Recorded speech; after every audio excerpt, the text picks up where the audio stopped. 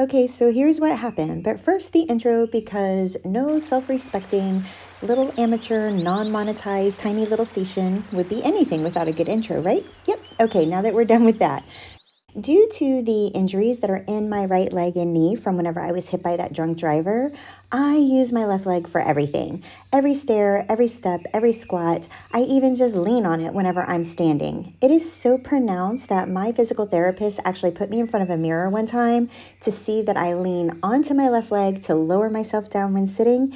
And then whenever I'm going to stand back up, I shift my weight to the left and stand back up. So it's pretty pronounced, and for quite a while, it was also a one-step wonder, is what I would always call myself, which is that I would use my left leg to step up, whether it's a stair or just an incline on a mountain, whatever it might be. I use that left leg to step up, and then the right leg joins. I use the left leg to step up, the right leg joins. So it's that left leg, therefore foot and knee and everything, that's really taking the brunt of everything for quite a long time. And that type of favoring and repeated stress combined with my type of activities finally culminated in an acute onset event one day while hiking. And here's the thing, nothing happened, as in there was no fall or other triggering event.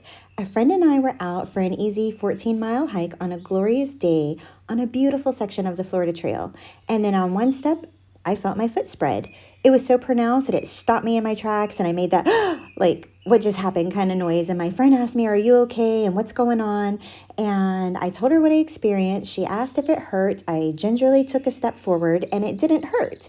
And so I took a few more steps and still no pain, although I could tell that my foot was whiter, and I could actually feel it kind of spread with each step.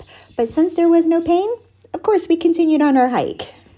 And then 2 days later, I headed into the Great Smoky Mountains, and I spent a week up there just finding trails to hike and mountains to climb and taking in the beautiful scenery, marveling at everything. And I spent a week climbing up and down mountains.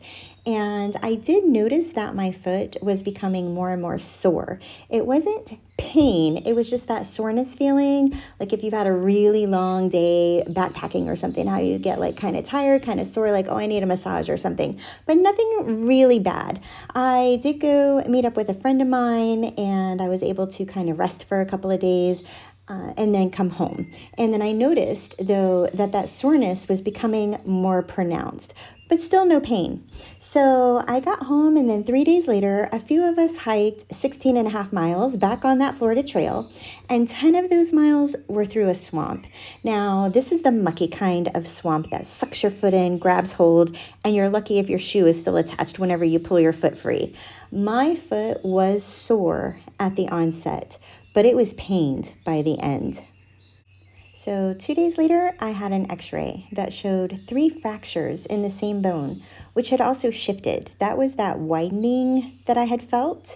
And then a week later, I had an MRI, which revealed an injured tendon, specifically at the place on my foot where I had been experiencing that growing pain. So the fractures and the tendon issues were all on my 5th metatarsal. I think I'm saying that right. It's that long bone on the outside of the foot that connects to the little toe.